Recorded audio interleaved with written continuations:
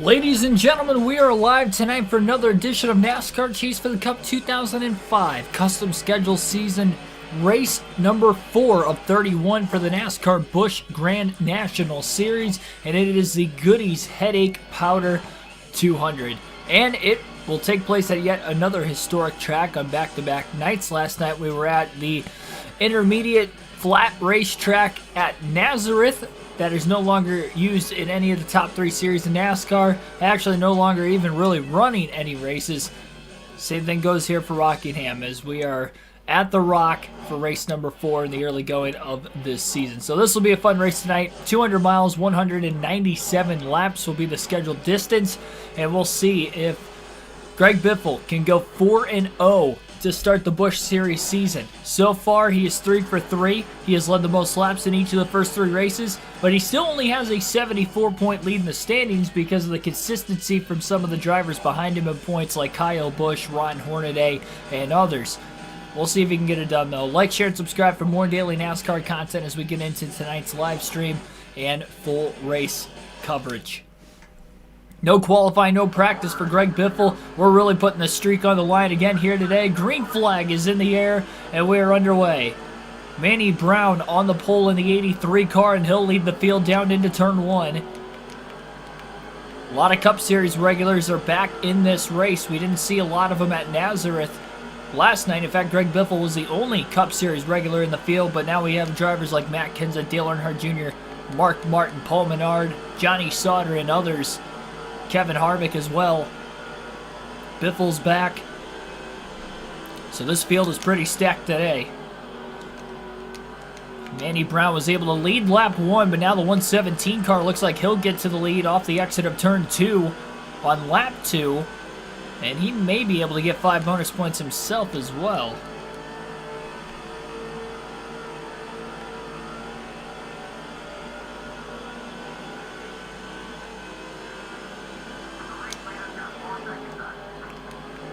Biffle just kind of being patient right now. A lot of 2x2 traffic in front of him. Nobody's really spacing apart off the start. It's a track that has very little room for error. Very bumpy surface. Very difficult in handling. And one of the hardest tracks to drive on the circuit.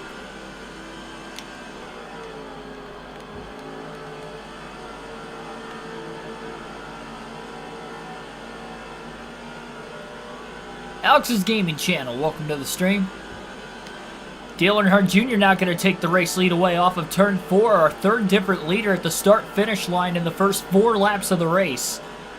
Jr. will get 5 bonus points now. Of course, he missed that start at Nazareth, dropping him outside the top 10 in points.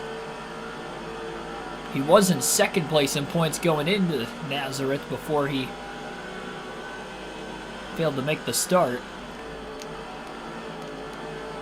Biffle still sitting in last, 5 laps in. Now will finally make a move to the inside of 1 car off of turn 4, completing a pass.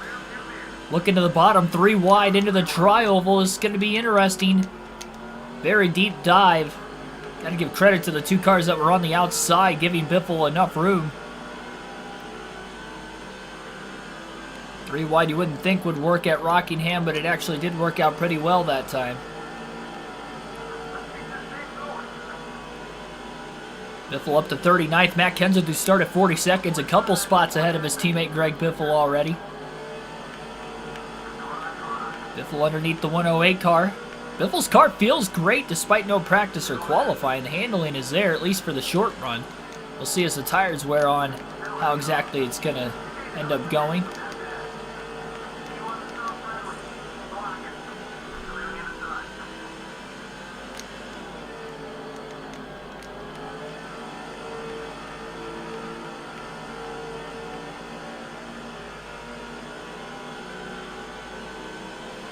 Biffle just ran his fastest lap of the race that last time by as well. 8 laps in. On the track map, it looks as if Dale Jr. is pulling away after taking the race lead at lap 4. And he may be the one to beat today. 109 car got really loose.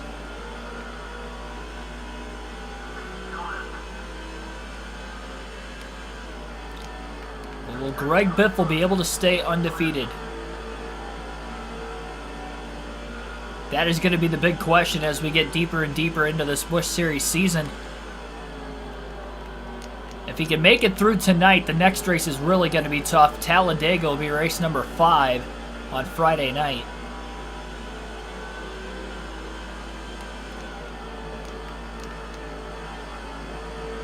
And on the Cup Series side of things, he hasn't lost a points race in the Cup Series. Of course, finished 9th in the Budweiser Shootout 2 nights ago. To start our speed weeks. We'll see how the Daytona 500 will go on Sunday on that side.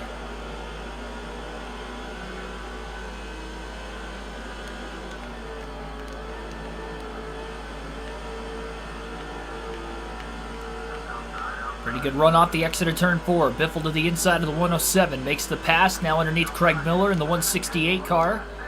Makes the pass into turn 1 as well. Big checkup in the middle of turns 1 and 2. Biffle made a 3-wide pass, making his way around J.J. Yaley in the 18. And Matt Kenseth has really pulled away from Greg Biffle. I think he's got an even faster car than his teammate here. The way he's cutting through the traffic, Biffle's making it through somewhat. A lot slower pace. 12 laps complete at the line. He's only up to 32nd. Kenseth's inside the top 25 already. He's at least 6 to 7 cars in front of Greg Biffle. Michael Turner, welcome to the stream.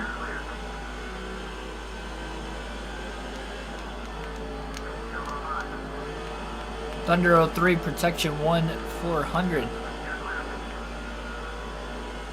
Currently on a delay due to your PC update. Well, hopefully you can get it back going here pretty soon. Biffle got really loose into turn 1. And he's going to lose 3 positions as cars are able to get by to the outside, make that 4 positions off the exit of turn 2. Biffle made a great save. Luckily, he had all that apron to be able to make the save, but in doing so, he wanted to creep back up onto the racing surface. The actual racing line, the racing groove. Had to give up a couple spots. And he just got squeezed all of a sudden as well.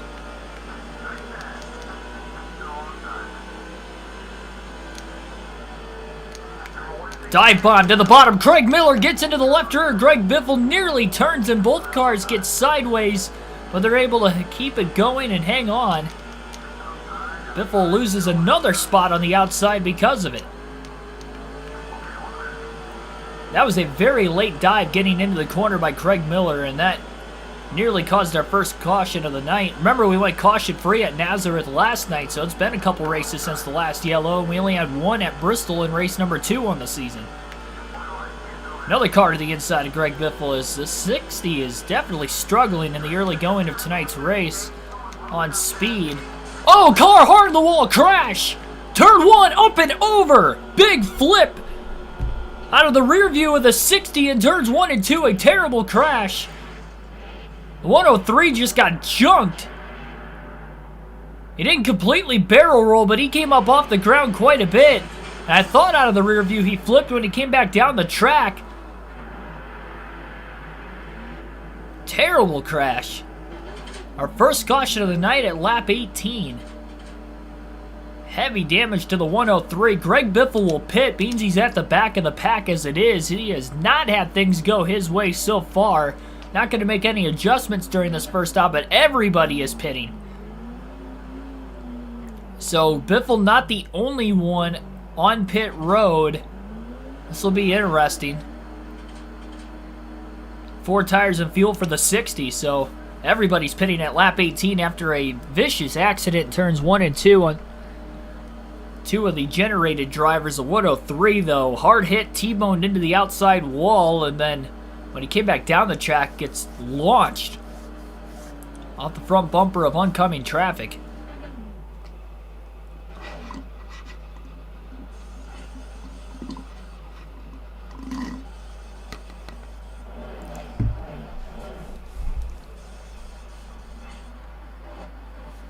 Haven't started the race yet.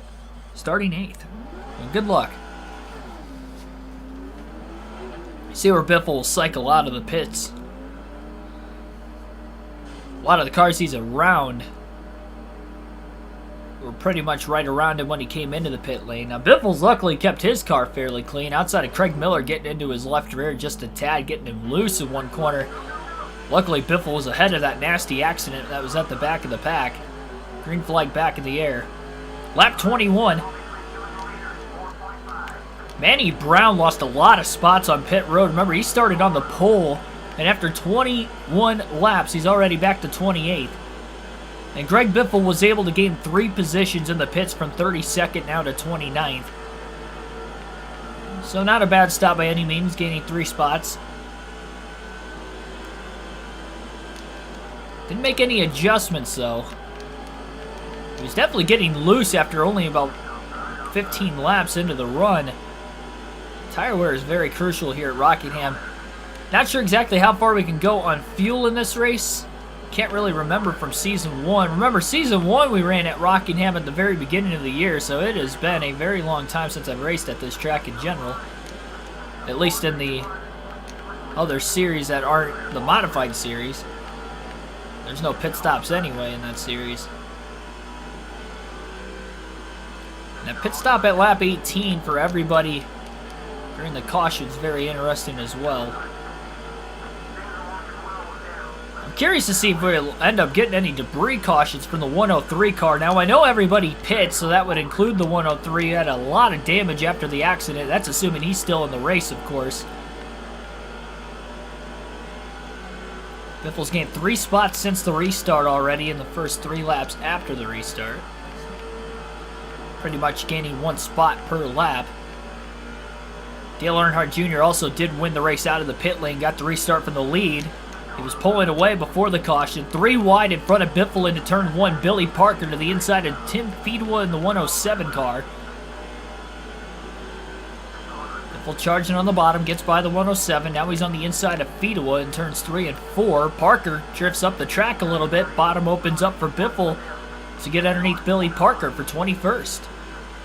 Biffle's rolling on the restart. Drives it pretty deep. Oh, man. Tried to drive it in deep into turn 1. The car did not want to stick, and he nearly got into the side of Johnny Sauter, who was on his outside in the 27. And now Biffle's stuck on the outside lane. He may get freight trained here as Parker gets to the bottom. Hermie Sadler now to the inside as well. Biffle's still stuck up high. I don't think he's getting to the bottom anytime soon.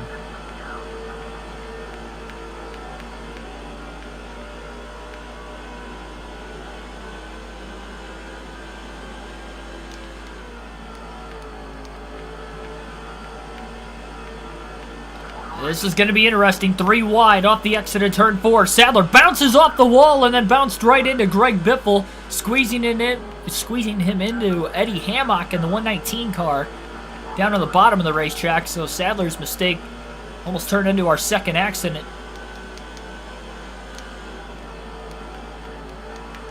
Biffle a little loose into turn 3. Loose is fast if you can hang on to it, as long as it's not overly loose. At least Biffle was able to get back down to the bottom one way or another.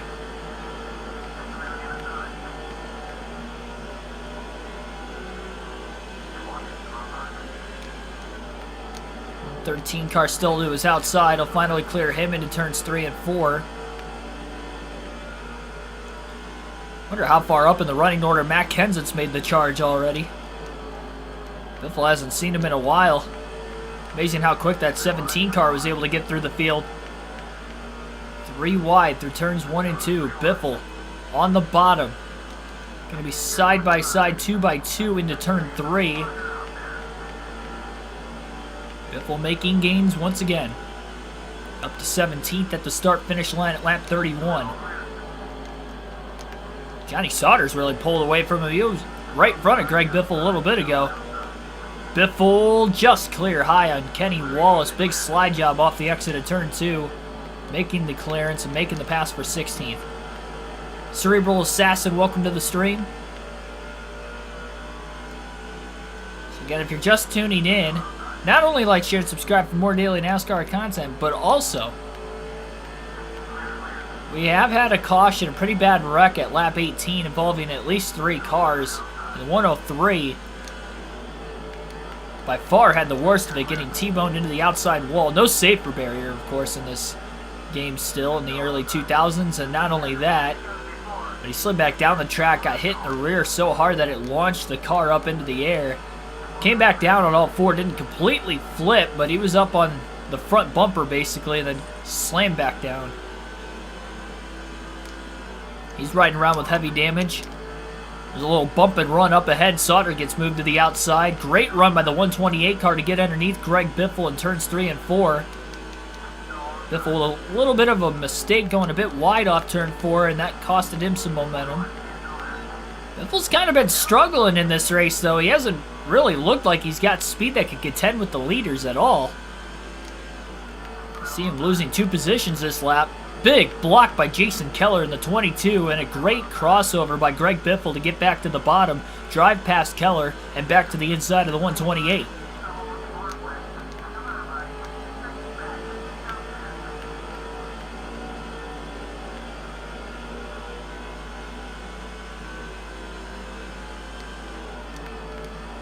Caution, again, our second of the race, and I don't think the 128 knew the caution came out. He drove right into the side of Biffle after the fact. And it was on the 103, so debris will fall off the 103 car. Wondered if that was going to happen with all the damage he was riding around with. He did come into the pit lane during that first caution, but I am telling you that was one of the hardest hits we've seen in a while in this game. Well, I guess since 2 nights ago when we had the big one on the final lap at Daytona. Bobby Labonte flip, but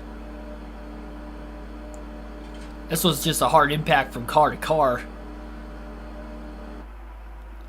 And nobody will pit during this caution flag. So we'll head to the restart. Green flag back in the air again.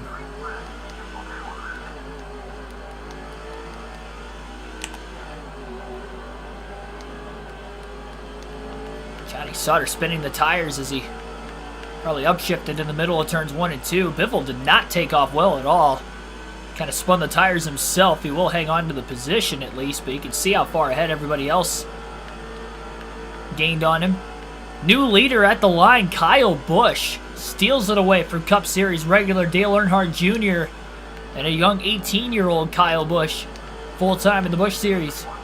This year is running for a championship. He's in the top 3 in points coming into this race. And looking for his first win of the young season. Ashton Lewis blocked Biffle off that last lap. 3 wide, contact, cars in the wall.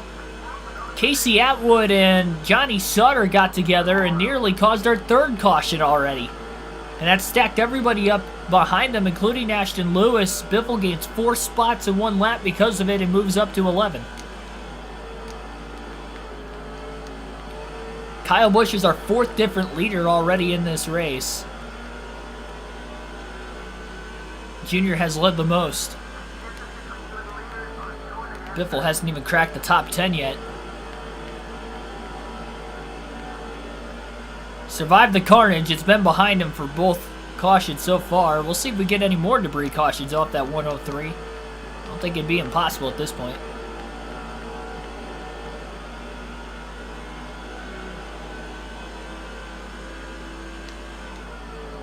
Terry Cook in the 10 car right in front of Biffle. Biffle a little loose into turn 1 again.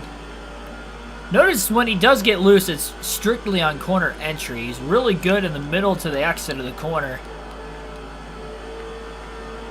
But right as he's trying to get on the brakes, getting the car turned down the track to that bottom lane on corner entry is really where it gets light.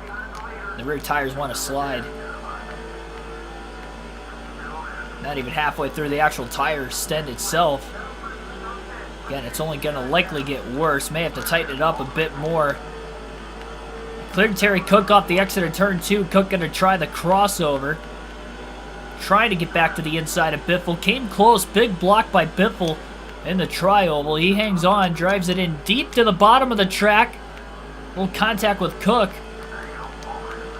Stalling them both out. Look at Ashton Lewis. After the contact between the 10 and the 60, Lewis gets to the bottom, makes the pass. Cook going to follow Lewis.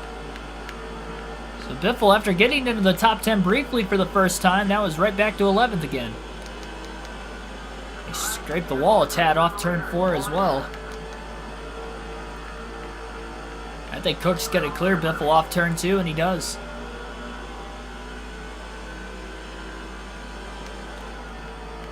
I think Biffle's undefeated streak of being 3-0 in the Busch Series may come to an end. I know it's super early in the race, and obviously anything could happen, but he has just not shown race-winning speed at all today. I mean, he's struggling just to run in the top 10. He only did it for one lap a couple laps ago, and he lost 2 spots.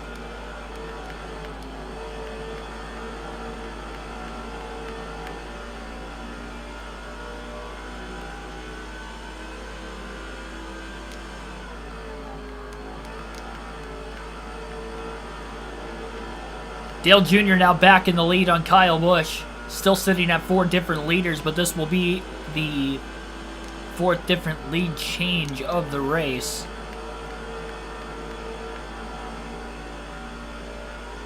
Cook making the pass on Ashton Lewis. Lewis looking for the crossover back down to the inside as they enter into turn 1. Look at Biffle slide big time into turn 1.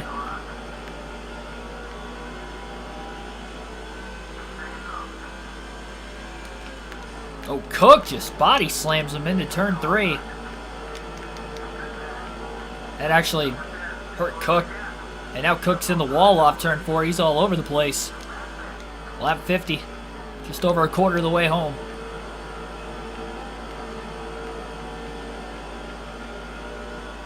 Two wins in your rookie season. 17 DNFs. Oof. That's rough.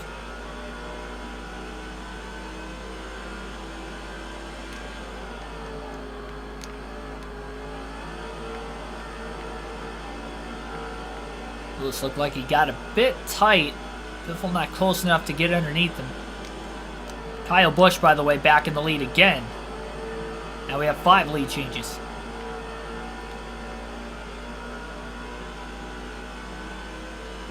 Pretty much a 2-car breakaway. And Dale Jr. had a pretty good-sized lead until that second caution. He had a good-sized lead before the first yellow as well. We got a car blowing up.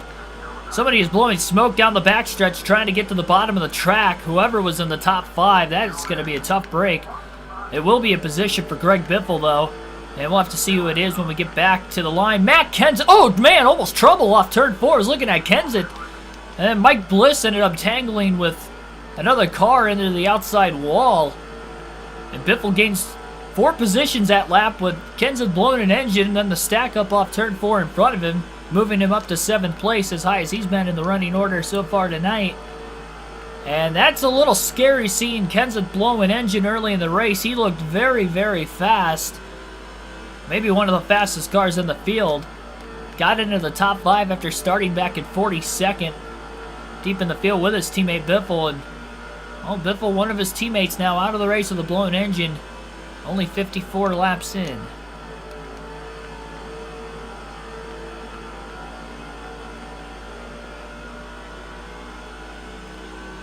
Ron Hornaday makes a pass on David Stremme now, moving inside the top 5 for 5th. Biffle still about 4.2 seconds off the race lead from Kyle Busch. Stremme back to the bottom. Great battle for 5th between Stremme and Hornaday. Hornaday is going to get cleared off turn 4. Stremme is clear. Biffle charges hard into 1. Didn't get light at all that time. Underneath Hornaday. Not quite clear, though, off the exit of turn 2. Got close, but couldn't quite clear. Into 3 and 4. Sticks that white line on the bottom. Biffle to 6th.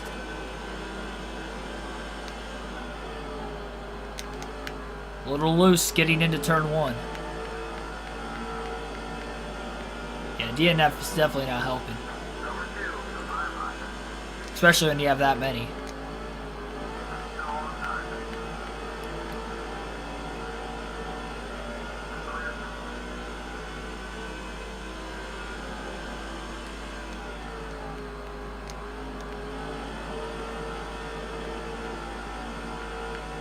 Now Biffle's going to have to try to find a way around David Stremme. This will be interesting. Hornaday's putting a lot of pressure on Biffle even. Biffle trying to intimidate Stremme.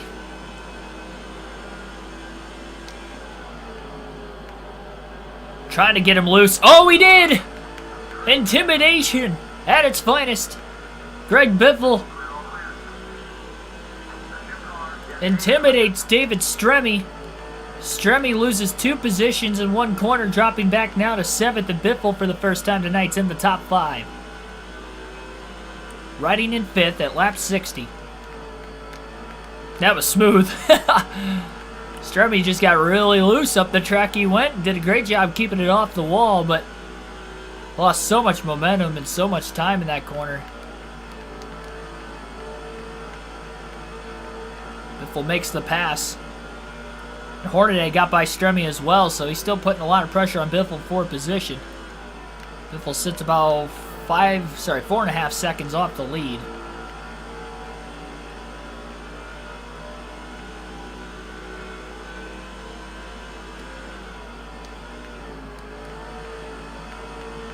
Still losing time, too.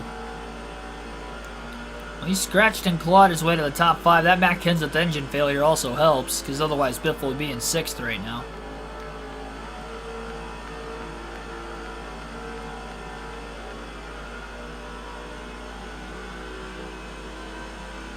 Well, we had 2 cautions super early in this race. I doubt that we've seen the last one.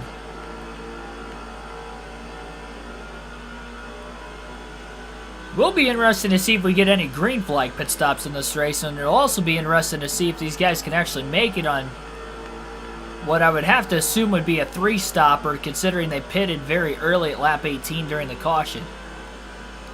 But with doing that, remember, only 4 sets of tires.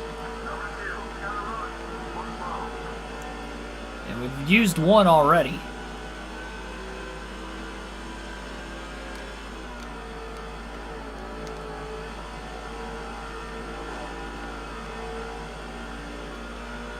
Biffle's lap times have only dropped off about 1/10 of a second during this current green flag run.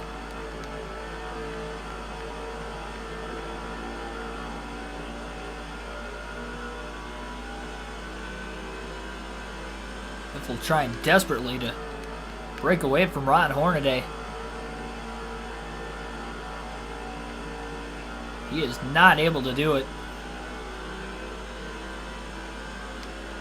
Biffle even stepping it up from the lap before by about 0.07 of a second. We'll see at the start-finish line this time. Oh, right back into the 24.2s. 1/10 of a second slower than the previous lap. Because of the 2 early yellows, we haven't seen any lap traffic yet tonight. Not only Biffle hasn't seen him, but the race leaders haven't seen it either. Gonna alternate through the different camera angles for the first time in tonight's race.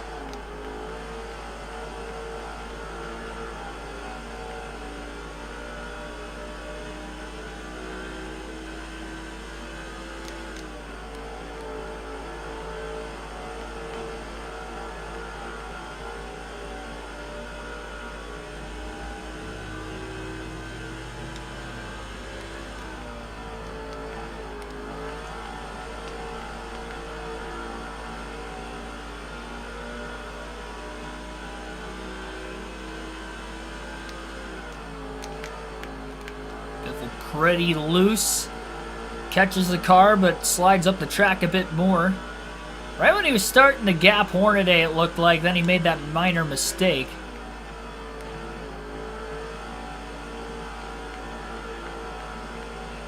Hornaday back to within about 2 car lengths.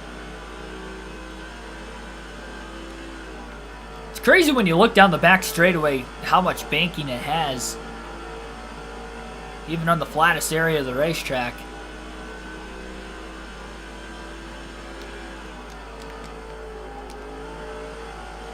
Biffle going a bit wide. Hornaday to the inside off the exit of turn 2, and he's going to drive past Biffle. He kept the pressure on for a while. Biffle was never able to pull away from him after making the pass for 5th.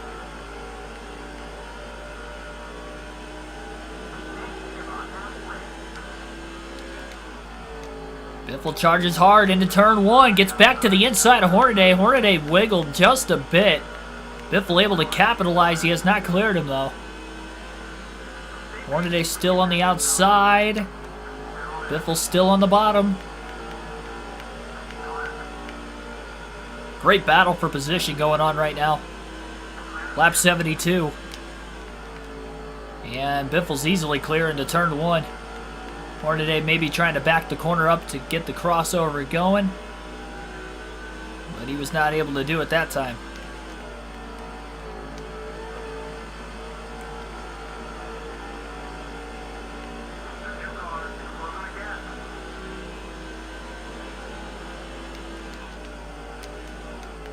Biffle just protecting the bottom, drove pretty flat into turn 1. So did Ron Hornaday. These guys battle, they're only losing more and more time to the leaders. And Greg Biffle's probably going to end up staying out as long as he can, hoping he can get 5 bonus points for leading at least a single lap, as long as we don't get a caution before the next pit stop again.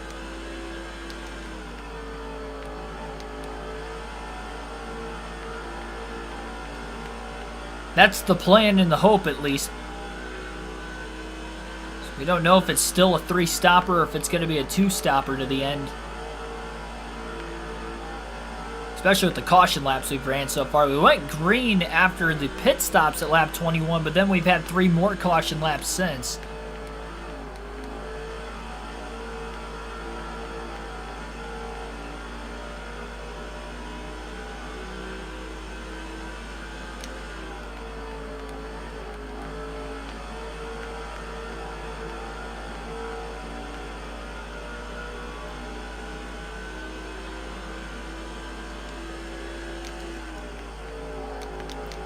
A little loose. Kind of hear the tires skirting a little bit into turn 1.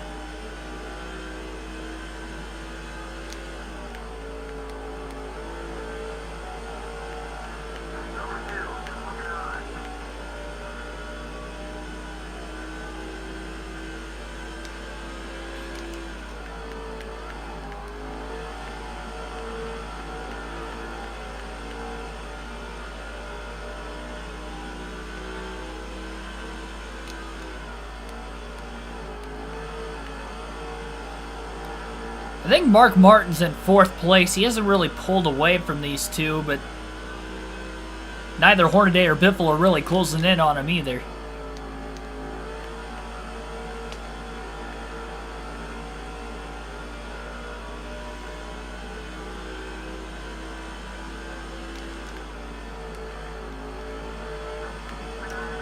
And the right front starting to go away on the 60. Slowly but surely.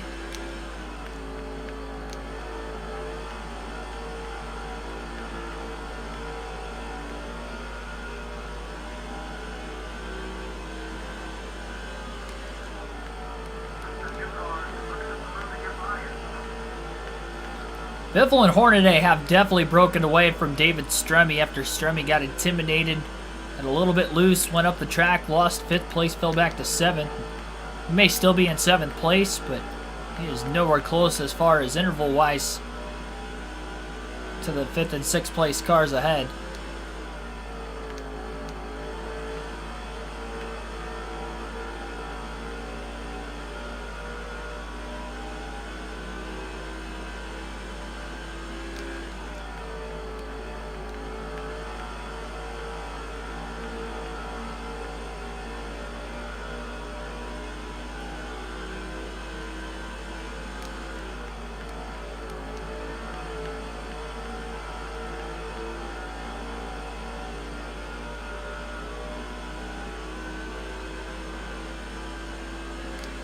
.24.202, 2 straight laps for Biffle.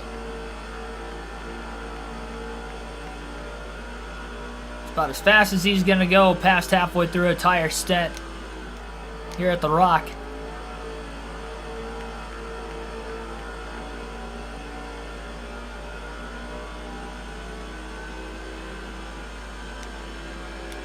Go back to the far chase cam for now.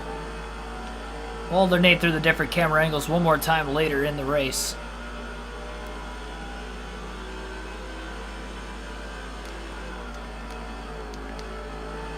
Dark Crypto, welcome to the stream.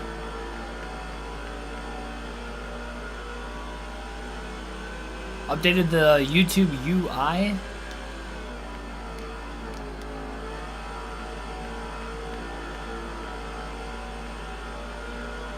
What's the UI exactly?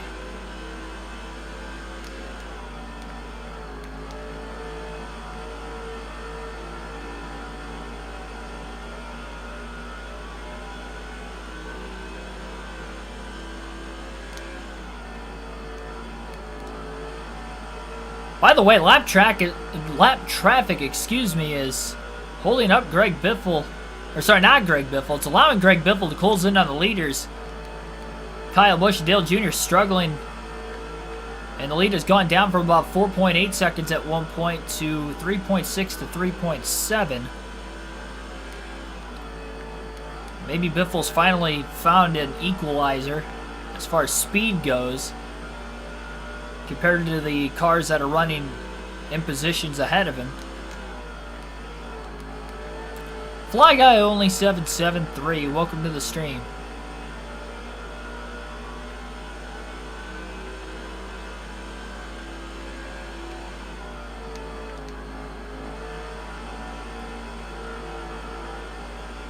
Looks the likes.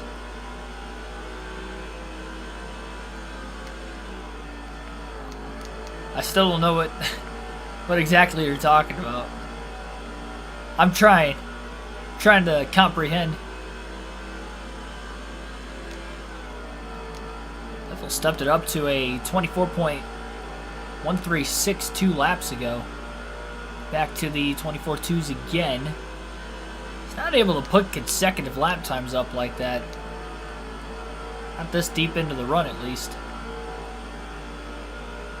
He's finally pulling away from Ron Hornaday. Biffle about to catch his first lap car. Mark Martin's struggling right now in lap traffic as well. Biffle's closed on him. Another car blowing up on the inside of the track. It's Johnny Sauter. He was in the top 10 earlier on. So it's the second driver who has ran in the top 10 tonight to now blow an engine. First Matt Kenseth while running in the top 5, and now Johnny Sauter, who's in the back half of the top 10, has blown an engine. And 2 Cup Series regulars as well. Still got a few more in the race.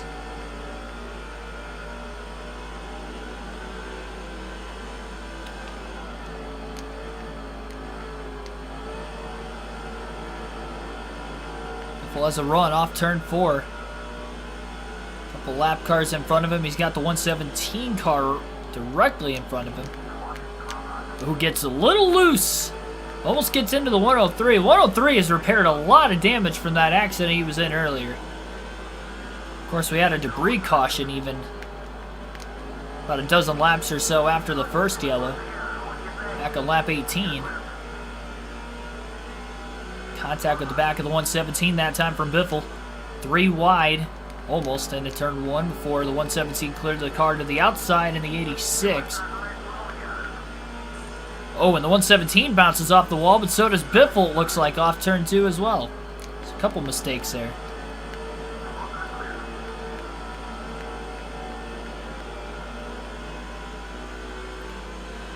We're almost halfway home. Biffle hasn't even snipped the lead yet.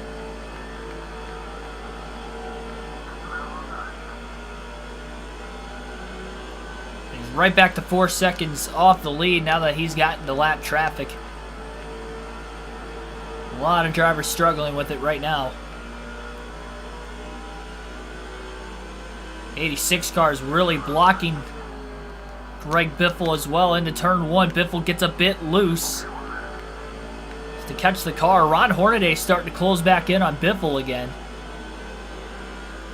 For 5th place, Biffle was pulling away from him until he got into congested lap traffic. Shane Kirkland in the 86. In front of Biffle. Took his line away last lap. We'll see what's going to happen this lap. Biffle trying to go to the outside. That's probably not going to work. And because he went to the top, that allowed Ron Hornaday to make the pass. Biffle actually scraped the wall off of turn 2, adding insult to injury in that corner. That was just a bad decision, and now he's back to 6th again. Drives underneath the 86 car again. Hopefully he doesn't get pinched into turn 1 this time. Biffle's got a little bit more room, and he will finally make the pass.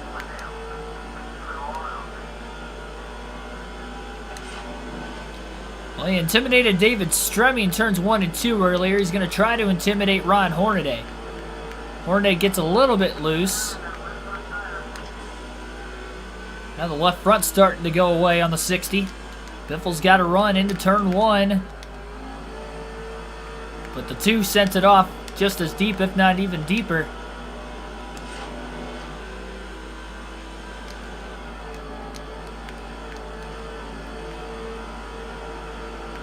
Biffle trying to rattle the cage of the 2 of Hornaday. Not really working out for him right now. 100 to go at the line.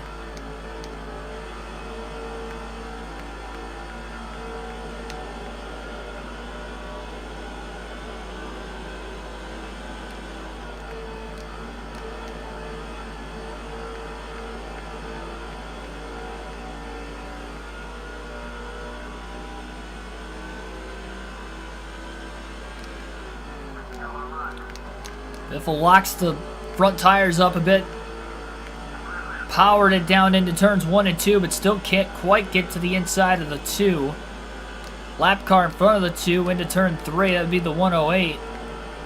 Hornaday does get down to the bottom in time. Will make the pass. Biffle just going to have to follow Hornaday for now. Down to lap 100. Oh, up the track he goes, but Biffle got into the back of him. So that only stalls both cars out, and Hornaday holds on to the position. Biffle again, gonna look low. Hornaday with a block. Into turn 1, Biffle to the inside. Hornaday could not get down in time to block the 60. Biffle slides up the racetrack. Hornaday off the wall, off turn 2. He slid even wider than Biffle, and Biffle will clear down the backstretch. Lap car also going to get around the 2 of Hornaday after Hornaday's mistake. Biffle again back inside the top 5. This is high up in the running order as he's been all night. He's not cracked the top 4 yet.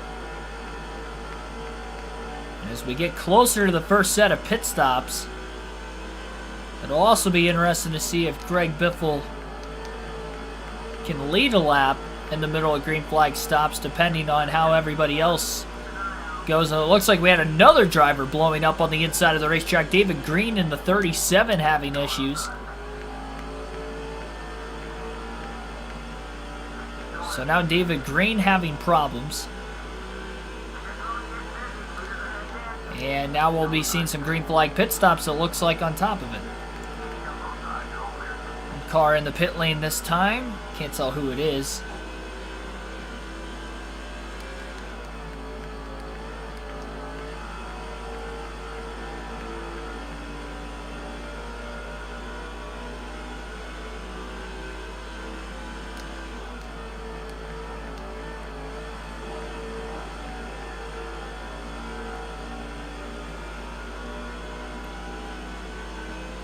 One of the top 5 have already pit because Biffle's now up to 4th. Not sure which one it was. We know it wasn't Kyle Busch, the race leader, because he continues to lead. Biffle's about 4.7 seconds behind Busch. And now Kyle Busch will pit off turn 4, so that will give the race lead right back to Dale Jr. again. I believe our 6th or 7th different lead change in the race between the 4 different leaders. How long will Dale Jr. stay out on the track? You say Biffle's exiting pit road ahead? Does our crew chief not realize that we're Greg Biffle? I swear I heard that right. Well, Junior's in the pits now, giving the lead to Mark Martin. Roush Fenway 1-2 for a little bit at least. 5 bonus points for Mark Martin leading his first lap of the race, Cup Series regular.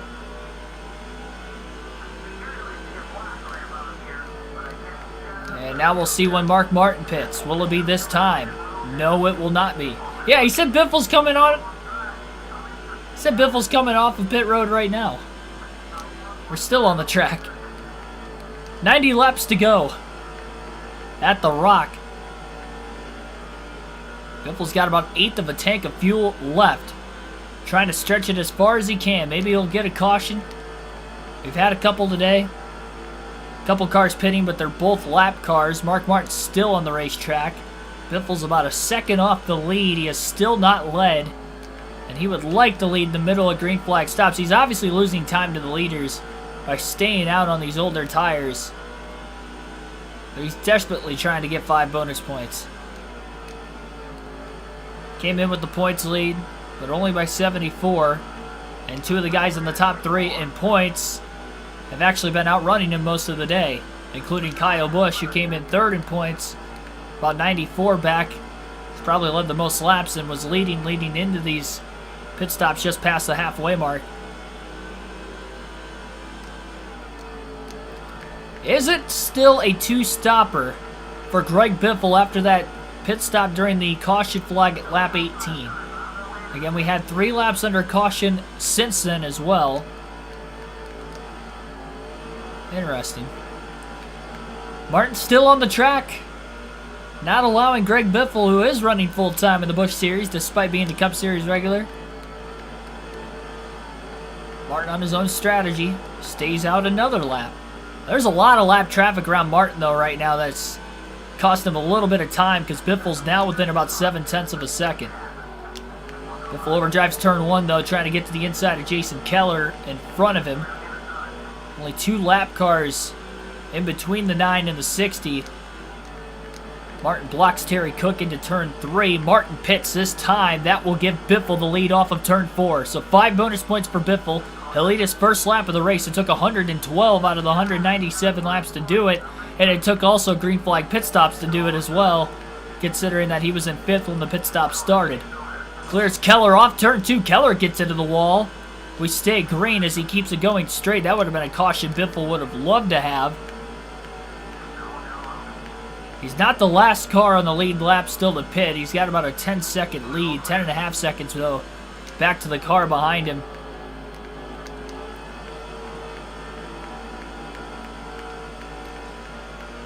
But Biffle's gone nearly 100 laps. I think it is possible he may make it to the end. Exclude 3 laps because of the caution. Everybody on the lead lap has now pit. We're at lap 115. He's going to stay out at least this time by. Don't want to risk running out of gas, though. That would end your day. Even though he doesn't have a race-winning car, he might win this race off strategy.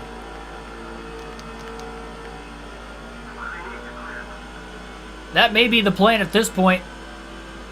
I mean, a lot of cars have pit before him. I don't know if that window's open to the end or not. Borland into the wall off turn 2. Biffle stays out another lap. Biffle will stay out this time by. He's going to push it 1 more. This is a risk to stay out another lap.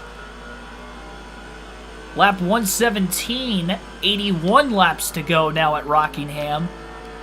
Biffle will pit this time by. I don't think he's going to be able to go any further on fuel. Down the backstretch. He'll pit this time. And as he gets into the braking zone in turn 3, still got enough gas. He'll make the big left-handed turn off turn 4. No adjustments, 4 tires and fuel for the 60. Trying to get every little bit of speed he could before he ended up locking the brakes at the last second. But here is the money stop for Greg Biffle in the 60 team. Is it possible that Biffle can make this on 2 stops? This is his second. And he is the last car to pit, pitting 3 laps after Mark Martin, who is his teammate, of course.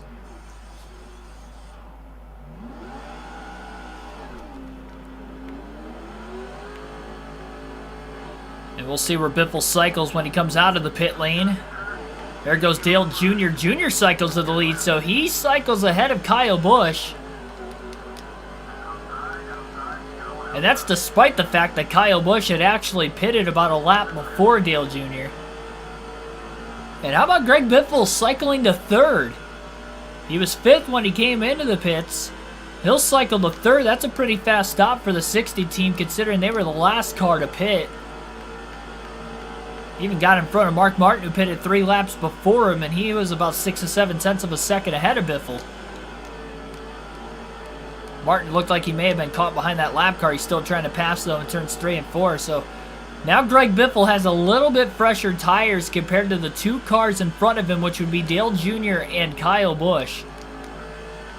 Maybe by about 10 laps. He hasn't had the speed in this race. He didn't make any adjustments during that second stop. Maybe he could run him down overall. And who knows, maybe he can make it on fuel to the end. I think it's worth the risk at this point. Try to keep this undefeated streak alive. I know it's early in the season, but the points matter.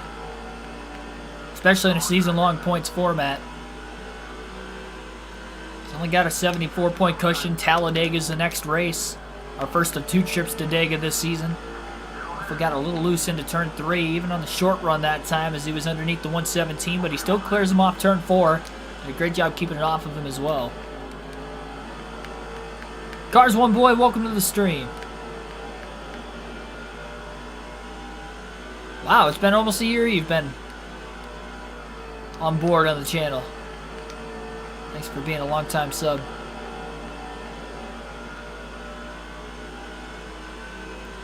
This lap car right in front of Biffle's costing him a little bit of time. Biffle got to go to the outside into turn 1. Gets the cut on the somewhat fresher tires at the bottom, but he can't get underneath him. He's going to have to intimidate him. It's Tiny Buchanan in the 113. There's the intimidation. Up the track goes Buchanan. Biffle to the bottom. That's the second car, and both times it's been in turns 3 and 4. That's the second car Biffle is intimidated. This time it was a lapper that was kind of holding him up. He's 4 seconds off the lead. Dale Jr. and Kyle Busch are just on another level tonight. So was Matt Kenseth before Kenseth blew an engine. Otherwise, Biffle would probably be in 4th. He's 4 seconds back. Even on about 10 lap fresher tires, he's losing time to Dale Jr. and Kyle Busch. Lap traffic affecting everybody right now. This long green flag run, by far the longest green flag run of the race. We had 2 cautions in the first 32 laps. We haven't had one since. And we are over 90 laps on this green flag run. Cycled through green flag stops. Inside Uranus, welcome to the stream.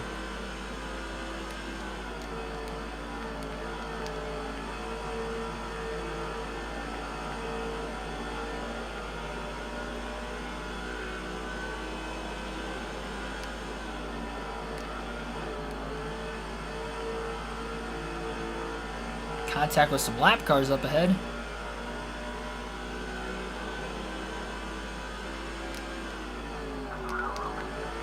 Into the outside of the 86. Can't get around him. Can't even get alongside of him. 86 pulls him down the backstretch.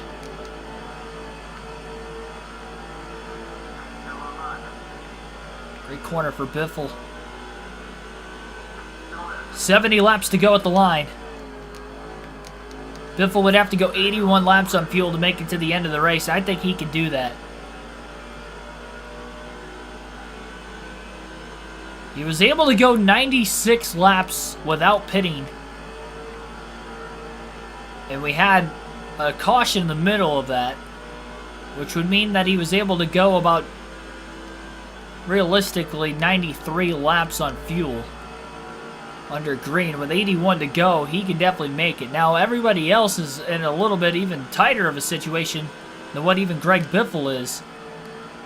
Dale Jr., Kyle Busch, they pitted about 10 laps roughly before Biffle. That would put them more at the point where they're maybe only 2-3 laps to the good, roughly. Obviously, it'd still be good to make it.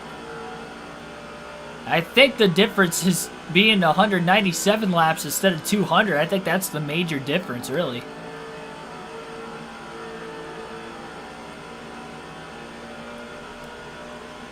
If you sent any to me, I have not seen anything recently. No, I'll check after the stream, though.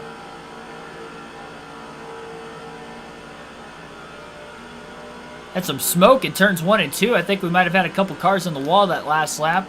But we do continue to stay green. Again, vastly approaching a 100-lap green flag run.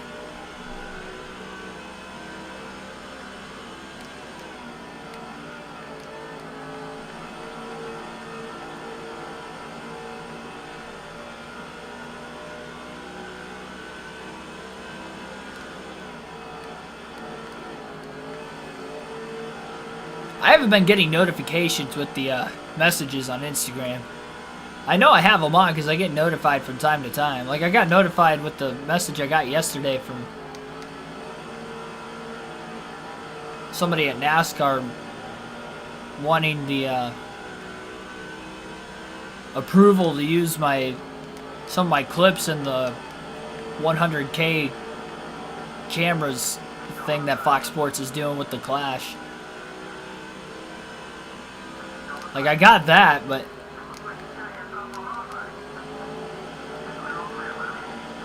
and randomly I'll get some other stuff from time to time from other people, but sometimes I don't get it. A lot of lap traffic around Greg Biffle. He stays low on the bottom, making his way around most of these cars. Well, if everybody can make it on field to the end, how is Biffle going to be able to catch these guys? Considering the fact that he just doesn't have as fast of a car as both Kyle Busch and Dale Jr. He may need a caution.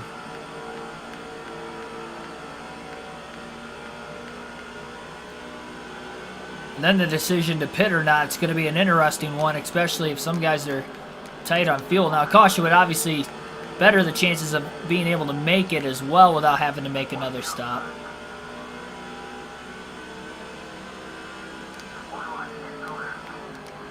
Crossover. Biffle getting held up in lap traffic. Definitely pulled away from Mark Martin since the pit stops because he cycled out right in front of Martin. Biffle is obviously struggling with the lap cars right now. Outside of the 119. He's not able to get there. Think you're driving to Southern... How far of a trip do you have?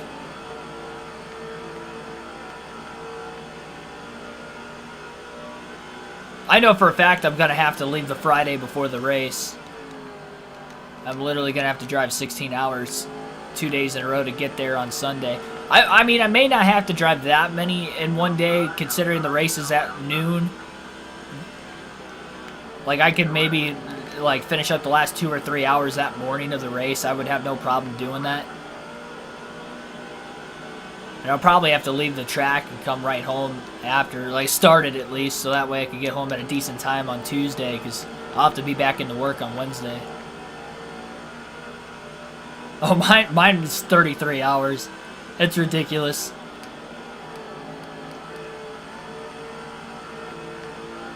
But I just don't feel like flying. I've never been out west before, so I won't miss it on the ground. I think it'll be... I'll make fun out of it. I haven't even been to Mountain time zone yet, let alone Pacific, so... Been to Central a couple times. Furthest west I've been about 4 or 5 hours west, and that's about it.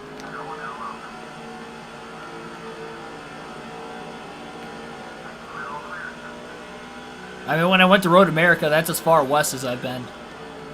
That's Midwest, so I haven't even been, like, Southwest. The furthest I've gone west and south would probably be Nashville. Nashville or Talladega, but that's, like, barely even into Central Time Zone.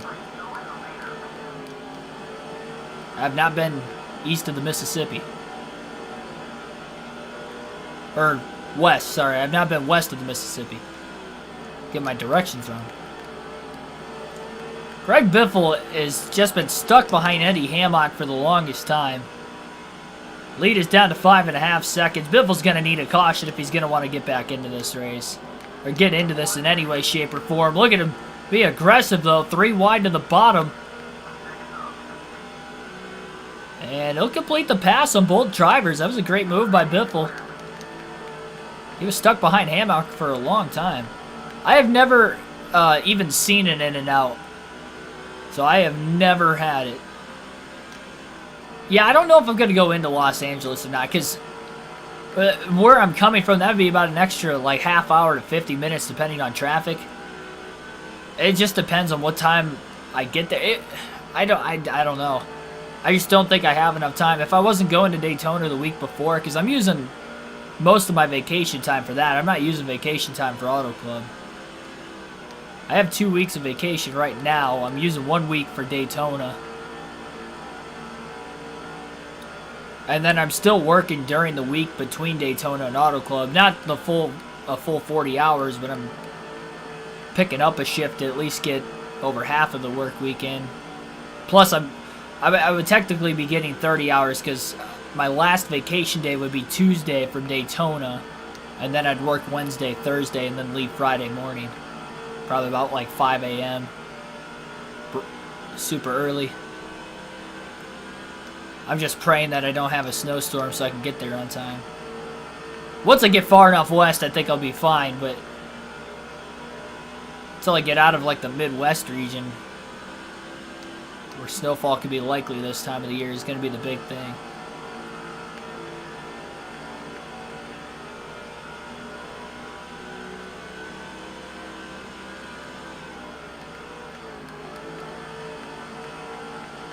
There's an In-N-Out near Fontana. I'll try it. I'll try it. I tried Whataburger. There was surprisingly one in Mooresville, North Carolina. I've eaten at that one once. The second time I tried to eat there, I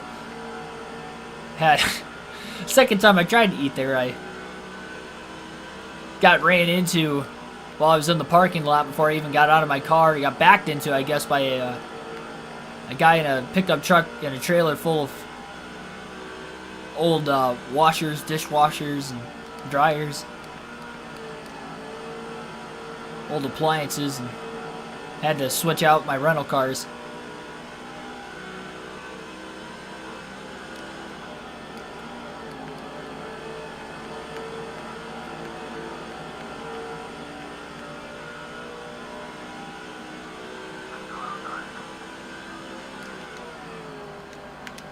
Just a little loose into turn one, barely kept it off the lap car.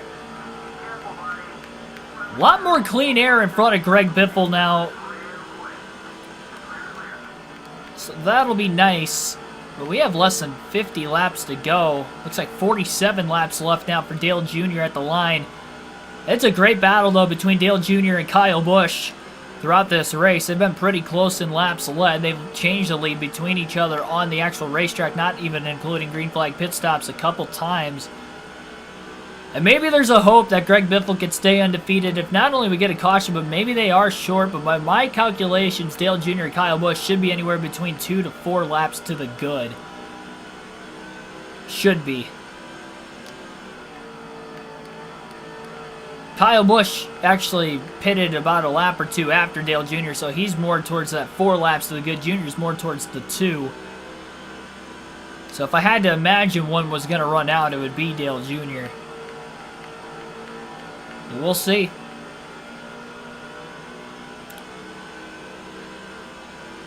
I don't think it's going to be a fuel mileage race, but again, we'll see.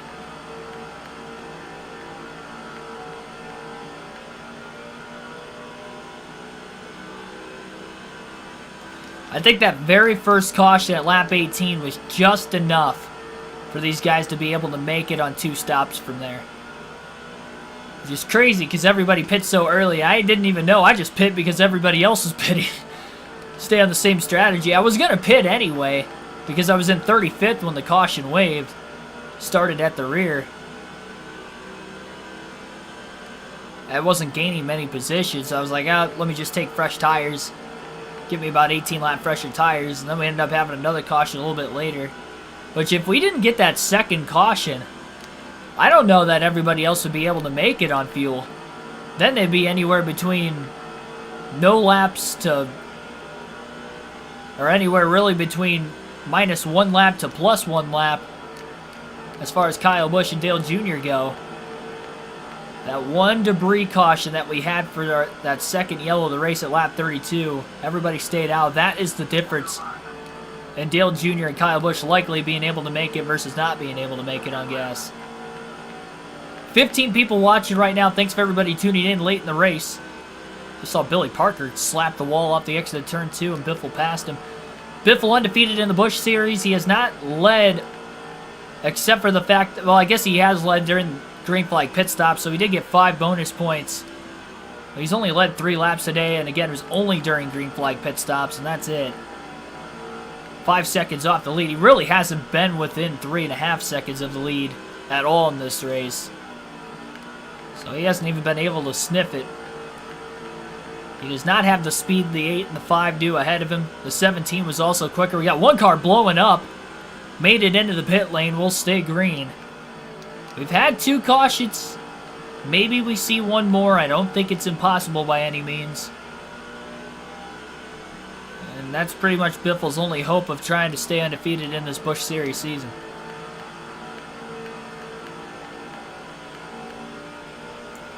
Still, though, to finish top 3 in the first 4 races would still be highly impressive.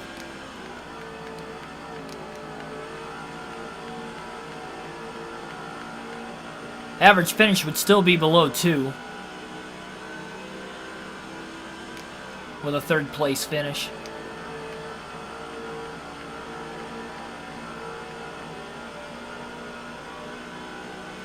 In and out, that's more of a West Coast thing, isn't it? I think Whataburger is too, though. Or, well, I think Whataburger is more of a Texas thing. Which is why I was surprised that there was one in Charlotte. That's the only one I've ever seen. Yeah, I'll be by myself.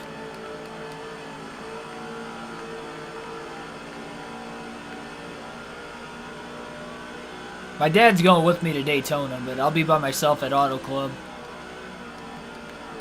I don't know if any other NASCAR YouTubers go into that race. I was thinking that Black Flags Matter might have gone, but I think before the winter, he moved temporarily out to Virginia. So I know he's not out west right now, so he's probably not going. And I know Danny B and Eric Eastup, they were out at the Clash, so I doubt that they're going because they were just out west last weekend. It's a D.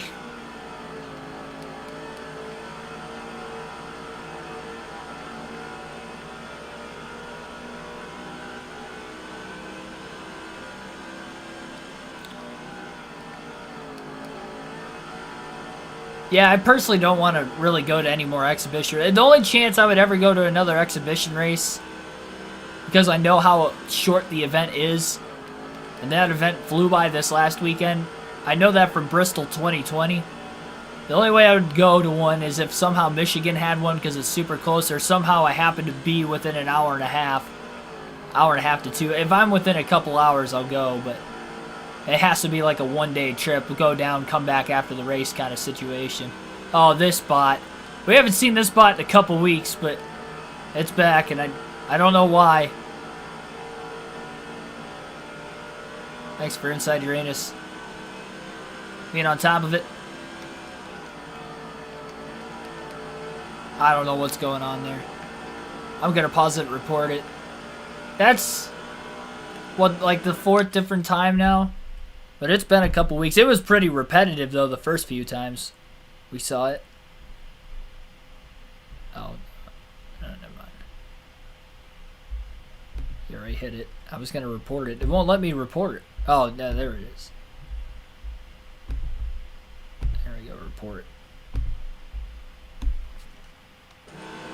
And back to the action.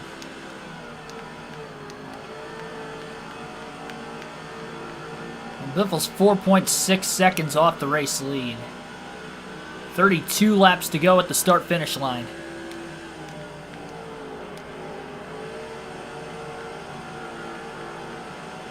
Dale Earnhardt Jr.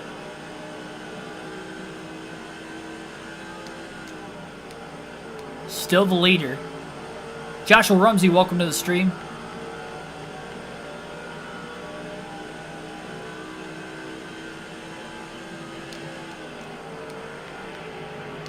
Lap traffic right in front of Biffle. Biffle drives it in deep.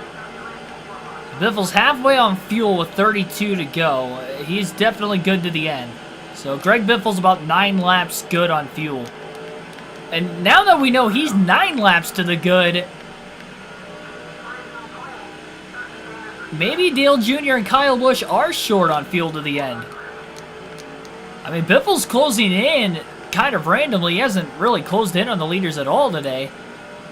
Except for when they first hit lap traffic before Biffle had caught any lap cars. Really, the only time he had reeled them in by about a second or more during a green flag stint or a fuel run. Trevor Baynes returning to NASCAR. Well, he did return for some Truck Series starts either last year or the year before. I think it was 2 years ago, 2020. Kind of ran part-time in the Truck Series.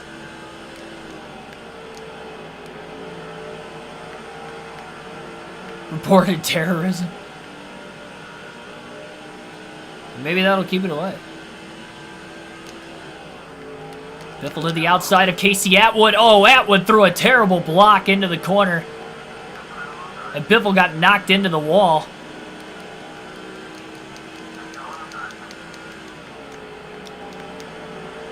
Well, whatever ground Biffle was gaining, he lost a little bit because of Atwood's terrible block. With JGR, wow, okay, so this is something new. I'll have to look into that. What, is it an Xfinity Series ride?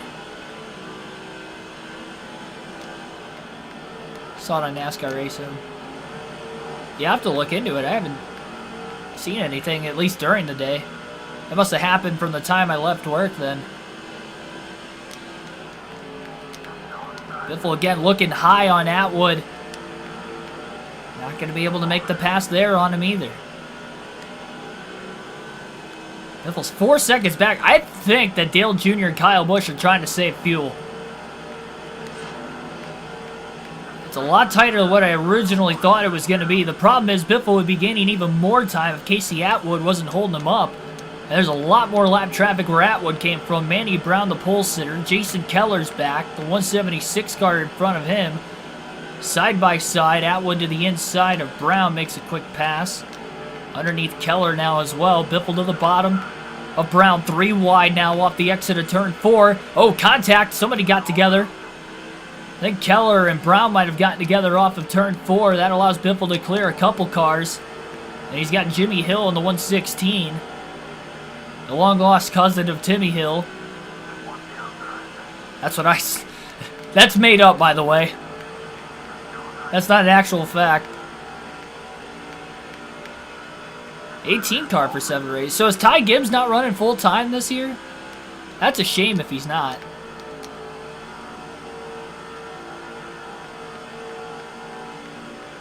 Because he should be.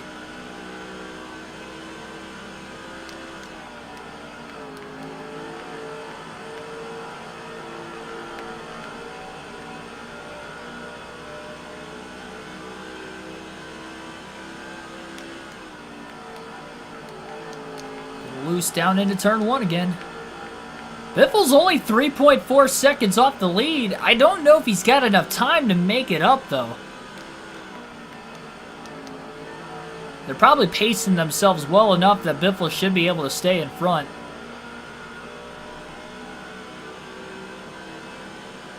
Gibbs drives at 54. He hasn't announced running full-time yet, though.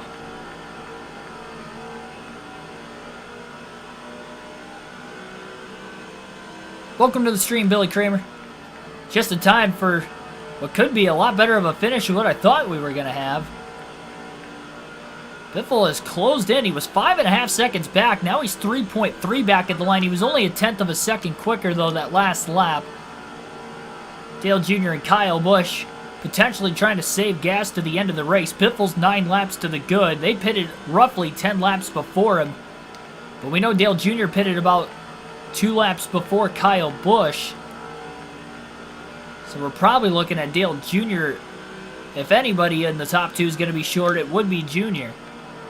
Biffle's not as far behind Busch. This is as close as Biffle's been to the lead all day. He has not been within 3.5 seconds. He's exactly 3 to 3.1 back into turn 3, but he only has 18 laps to go. We know Biffle does not have to save. It was a pit strategy race that won Biffle at Nazareth last night as well. He had the speed and led the most laps, but decided to go fuel only under the final stop, a little splash and go, which gave him about a 9.5 second lead. The lead got brought down to 7.2 in the final 9 laps. Everybody had to pit late, but in this one, that isn't caution-free, that early yellow at lap 18 made for a 2-stop race. Potentially, we know it is for Biffle. We'll see for everybody else.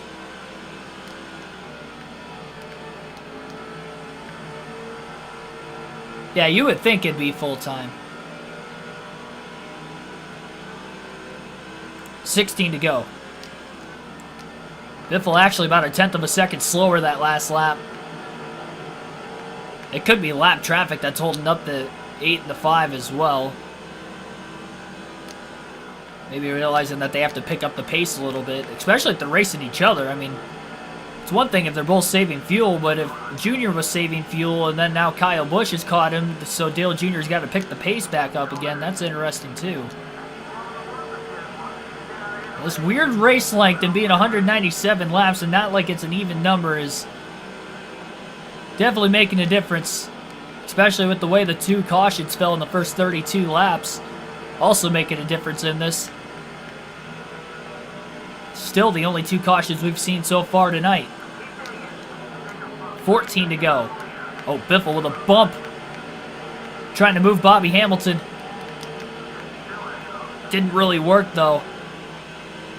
Oh, big block by Blue Castleberry in the 139 in front of Biffle. Holding him up in turns 3 and 4. Less than 3 seconds off the lead at the line. Biffle to the outside. He cannot get around Castleberry. And by going high, Hamilton may get underneath. Biffle in the wall. That was a bad move to go wide. Not this late on the tire run. Hamilton gets back by again. Full again. Undercuts down to the bottom. 3 wide on the front stretch now. Into turn 1. Still 3 wide. Will Biffle have enough room on the bottom? He does. And Hamilton will clear Castleberry, it looks like, off turn 2.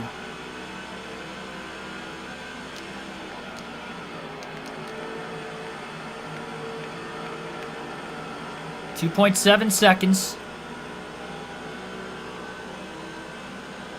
Even after that mistake on the last lap for Biffle, he closed. Oh man, gets into the back of Terry Cook. That's not going to help him.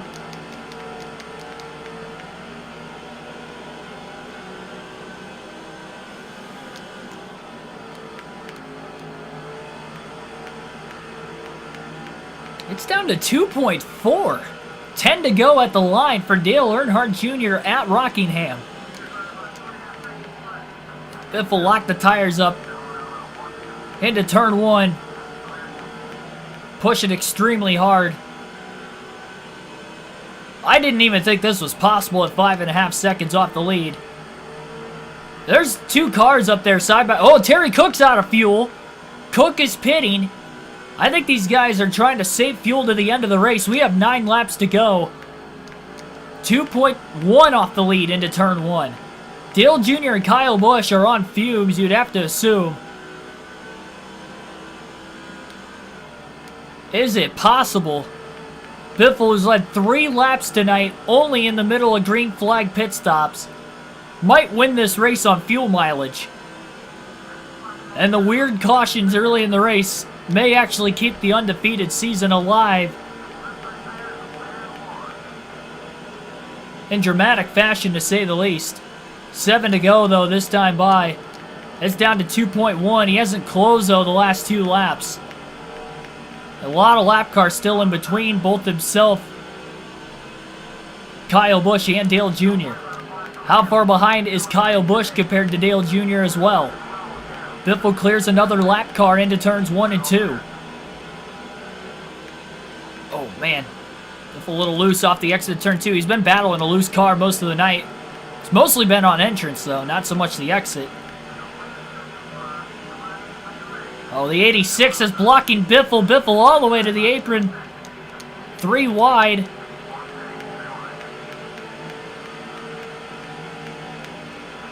Oh, contact between Fidua and the 86. Biffle lost a little bit of time going 3 wide that last lap. 5 to go at the line. More cars are pitting, this time off of turn 4. The top 2 still on the track. Can Biffle get close enough, maybe even just to put that much more pressure on them that they can't make it to the end? This could be a fuel mileage race for the ages on the channel. It's not even a cup race. 4 to go. 1.8. 2 more lap cars. Biffle drives it deep. Skirts the tires into turn 1. That didn't help him, though. Actually hurt him. He lost a 10th.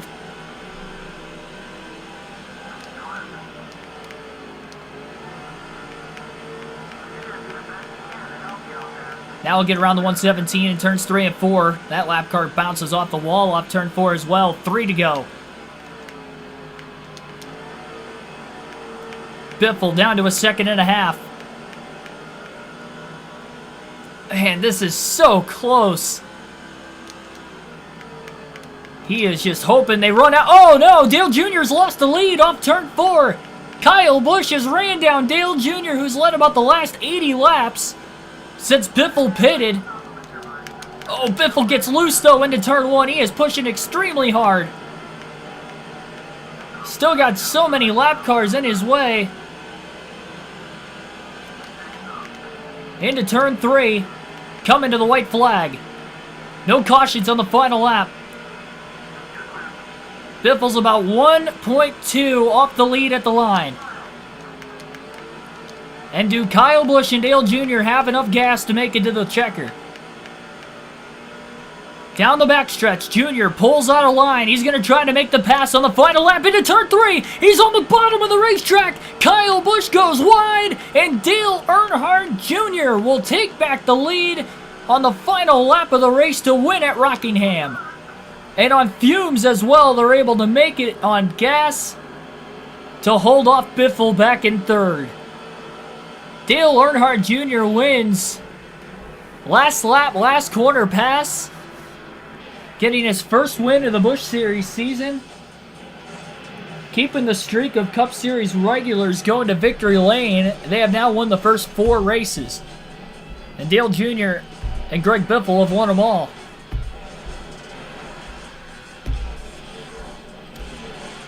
Well, definitely a dramatic finish. One that we were at least able to see the end of it.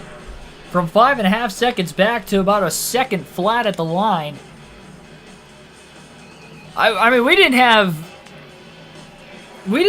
any chance of competing with these guys tonight, but they were having to back it off a ton to make it to the end of the race. I mean, they were able to save at least a few laps, and that was enough to make it. If only this race was 200 laps, would they have ran out the next 3? I mean, we saw some lead lap and lap cars that were behind us that were running out of gas. Pitting with about 4 or 5 to go.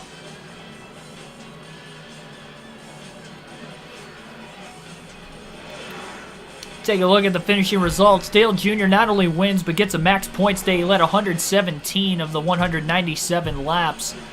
Kyle Busch finishes 2nd. He led 65 laps today. He started a lot deeper in the field in 31st compared to Dale Jr.'s 11th place starting spot. Mark Martin led 6 laps. That was in the middle of green flag pit stops. Biffle also led 6 laps, so I was thinking I led 3. But Biffle ended up leading 6 laps in the middle of green flag stops. Ron Hornaday rounds out the top 5. Kenny Wallace finished 6th. J.J. Yaley 7th. Wallace and Yaley started 40th and 41st. 28th for David Stremme, and he finished 8th. Paul Menard, get hard for Menard, finishes in 9th, and then Mike Bliss rounds out the top 10. We only had 11 cars finish on the lead lap. Again, 2 cautions for 6 caution laps. Lap 18, lap 32 were the cautions. Lead changes, we had 11 of them, including a last lap pass for the win for Dale Jr. And see who DNF'd. We saw Matt Kenseth blow an engine. Johnny Sauter led one lap. He blew an engine. We saw David Green blow an engine. And then Cody Holt also blew an engine late. So 4 drivers failed to finish the race. Whoever's in the 103, I don't think it's Cody Holt, but he took a nasty crash. He still finished. Whatever that guy's name is, I wonder where he finished. We'll never know. Well, we might know. We'll find out. Well, no, we'll never know because I already exited out of the results. Unless somebody can go back, check it out. I do Xfinity and NASCAR 06. Don't worry about Erin Crocker. She's always last. You guys might be. I mean, you guys can vote for me to run as Erin Crocker. We'll take her from back marker NASCAR bus to Busch Series champion in a season. Glad I joined at the end. A little busy earlier. Well, thanks for joining at the end and not forgetting it. And that was a wild finish. I was not expecting a fuel mileage race, but I guess with the way the cautions laid out in the beginning, it was definitely close. And the top 3 were able to make it. Unfortunately, though, Greg Biffle's undefeated Busch Series season will come to an end.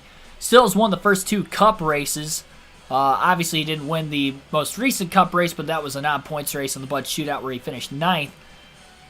We have the Daytona 500 coming up on Sunday for that season, as well as the dual race Sunday afternoon as well. So doubleheader on the channel as far as Sunday goes. Our next live stream will be tomorrow night. We'll go back to NASCAR 21 Ignition for our final season there. Our first race at Atlanta Motor Speedway. So a 500-mile race at Atlanta. I thought... Remove. Oh my god. What is going on? I am reporting. I am hiding the user. How do they keep showing up? Even in the same stream when you hide.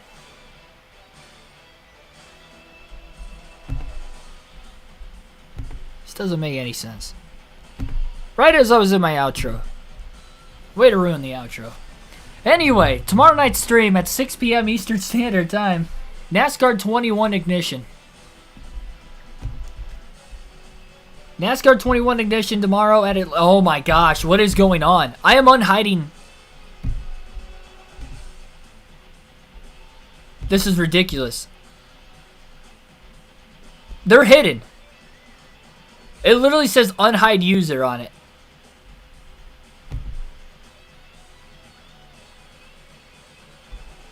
It says unhide user. So that means the user is hidden. It has been hidden. I hid it from the first time. When we saw this bot like a couple weeks ago. Here we are 4 or 5 times later. And I don't know what to do.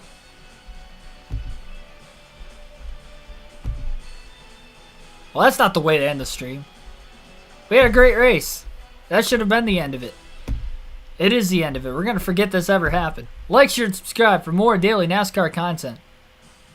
I will see you guys tomorrow at 6 p.m. Eastern Standard Time at the Atlanta Motor Speedway on NASCAR 21 Ignition final season with my driver Ryan Blaney. We'll try to go for a 3rd win of the season, try to cut into that regular season points deficit on Kyle Larson. Thanks, everybody. I'll see you then.